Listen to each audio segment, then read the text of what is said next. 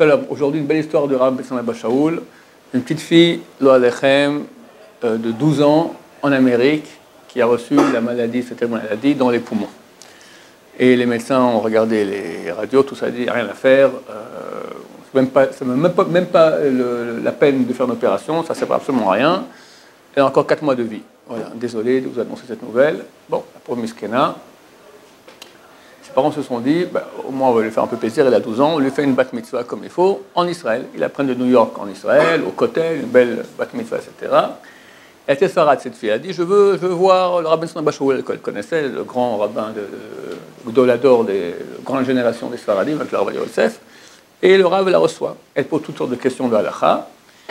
Et à la fin, le Rav lui dit, dis au médecin de te faire l'opération. Bat Hashem, ça ira. Bon. Elle arrive en Amérique, elle dit à ses parents, allez voir les médecins. Mais ils ont dit, ça ne sert à rien. Je veux aller voir les médecins. Et je viens avec vous. Bon, elle ne pouvait pas refuser. Ils vont revoir les médecins. On est un peu gêné face à la demoiselle. Écoutez, vous n'avez plus que 3-4 mois à vivre, c'est terminé. Ça ne sert absolument à rien. Elle se lève, la fille, elle dit, écoutez, j'ai le droit de demander une opération. J'exige une opération. Il ne faut pas refuser. Ils ont fait l'opération. Et ils ont sorti toute la tumeur comme ça d'un coup, sans qu'il n'y ait plus aucune métastase. Et Baruch Hashem, elle est encore en bonne santé jusqu'à aujourd'hui. La force de l'étude de la Torah, de la sainteté.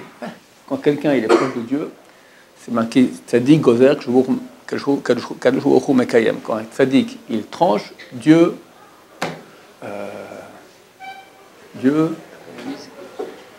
réalise. Des fois, on n'a pas tellement confiance. Je raconte une histoire, ça va me rappeler maintenant. Je racontais sur qui. Bon, approche de ma famille, je ne peux pas dire qui, approche de ma famille, qui avait des maux de ventre terribles. Un problème, d'accord.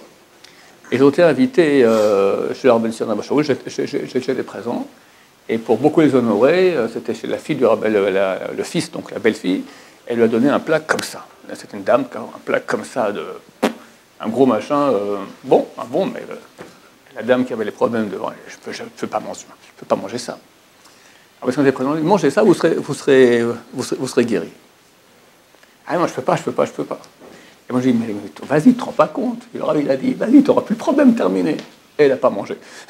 Et le Rav Besson, il m'a dit, le problème, c'est que les gens, s'ils posent des questions des fois, ils n'écoutent pas ce qu'on leur dit. Ils n'écoutent pas.